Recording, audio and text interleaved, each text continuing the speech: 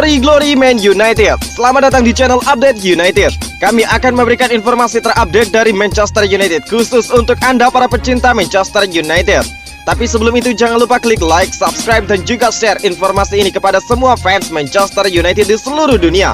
Dan berkumpullah di sini dan mari kita nikmati Glory Man United.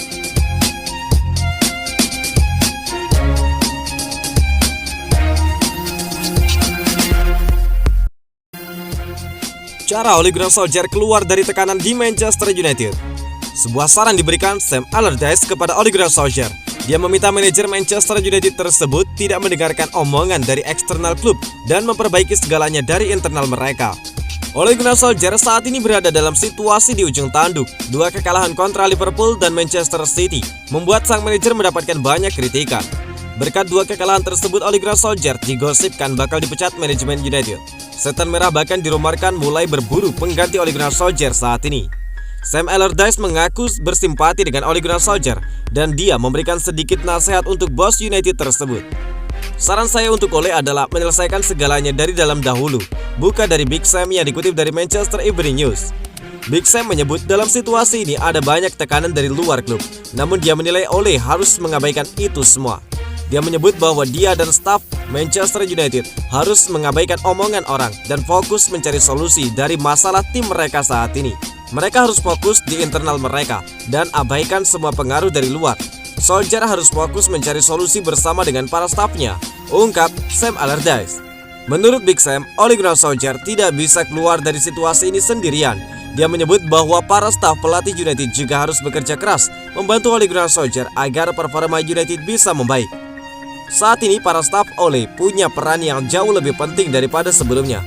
Ole hanya bisa melewati situasi ini dengan bantuan para stafnya. Mereka harus mengembalikan para pemain United ke jalurnya. Para staf harus memastikan agar para pemain bisa kembali ke performa terbaik mereka, ujar Sam Allardyce. Masalah-masalah United di mata Ralf Rangnick. Ralf Rangnick sedang santer dikaitkan dengan posisi manajer di Manchester United seiring dispekulasikannya masa depan Ole Gunnar Solskjaer. Yang menarik, Rangnick juga pernah memaparkan masalah setan merah. Ini bukanlah kali pertama Rangnick dihubungkan dengan Manchester United. Pada 2019, paling tidak Rangnick juga pernah ditanya mengenai rumor yang mengaitkan dirinya dengan The Red Devils. Saya gembira di posisiku saat ini, tetapi jika ada klub yang ingin bicara kepadaku, pertanyaannya adalah apa aku bisa jadi seorang yang juga bisa punya pengaruh dalam area pengembangan di penjuru klub? Jika tidak, Anda cuma mendapatkan separuh dari kemampuanku.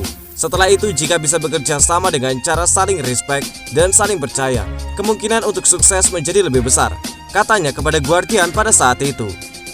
Pernyataan itu bisa terkesan arogan, bisa pula mencerminkan keinginan dan keyakinan Rangnick bahwa dirinya bukan cuma mampu melatih, tetapi mengurusi transfer dan pengembangan pemain muda, sesuatu yang memang sudah dia lakoni.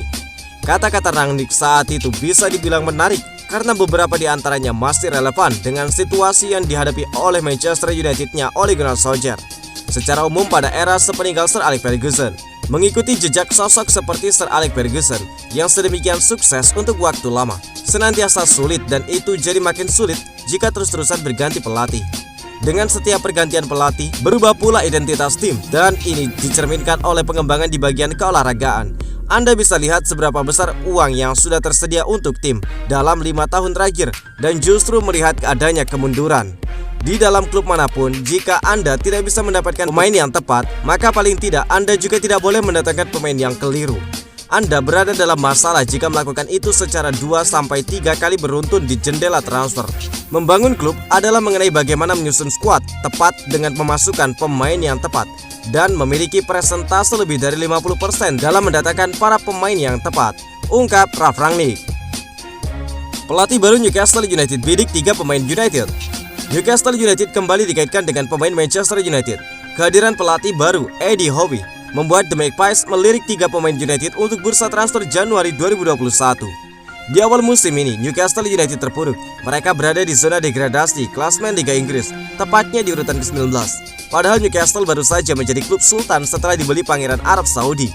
Newcastle United akan mencoba mendatangkan beberapa pemain baru di Januari 2022 untuk mengubah peruntungan mereka. Mereka tidak mau sampai terdegradasi di saat supporter sedang euforia dengan kedatangan Pangeran Mohammed bin Salman. Dengan dana berlimpah, Newcastle baru akan merekrut pemain top di musim panas 2022. Langkah awal sekarang adalah menyelamatkan klub dari jeratan degradasi. Di Januari 2022, Newcastle United hanya akan mendatangkan pemain yang dibutuhkan oleh Howe. Pasalnya sulit untuk merekrut pemain kelas 1 pada paruh musim. Mirror melaporkan Howe telah menyusun daftar pemain incaran untuk Januari 2022. 3 diantaranya merupakan pemain United yang dipinggirkan dari tim utama. 2 gelandang Manchester United jadi incaran The Magpies, yakni Donny van de Beek dan Jesse Lingard. Kemudian nama baru yang dilirik Newcastle adalah kiper Dan Henderson. Lini tengah Newcastle United memang sangat lemah sehingga Howe melirik 2 pemain United. Donny van de Beek dan Jesse Lingard punya kualitas bagus meski tidak terpakai di dalam tim utama United. Adapun Henderson dibidik untuk menjadi pesaing Martin Dubravka seiring diganggu cedera. Kiper kedua dan ketiga Newcastle United tidak bisa diharapkan. Januari, kemungkinan Jose Mourinho bajak Diogo Dalot dari Manchester United. Manchester United nampaknya bakal berpisah dengan Diogo Dalot di Januari 2022. AS Roma dilaporkan akan mencoba untuk mengamankan jasa sang bek. Bek berusia 22 tahun tersebut musim lalu bermain di Serie A. Dia memperkuat AC Milan selama 1 musim dan tampil cukup bagus di sana. Di musim panas kemarin ada beberapa klub yang tertarik untuk mendatangkan Diogo Dalot. Namun pihak United memblokir transfer itu sehingga Diogo Dalot tetap bertahan di Old Trafford. Calcio Mercato mengklaim bahwa Diogo Dalot berpotensi lepas di bulan Januari nanti karena AS Roma tertarik untuk menggunakan jasa sang bek. Menurut laporan tersebut, Manchester United terancam kehilangan Diogo Dalot karena Jose Mourinho sendiri yang menginginkan kehadiran sang bek. Mourinho sangat menyukai gaya bermain Diogo Dalot. Dia adalah manajer yang mendatangkan Dalot ke United pada tahun 2018 silam. Mourinho menilai sang bek kini sudah semakin berkembang sehingga dia menilai bisa memberikan dampak instan bagi timnya.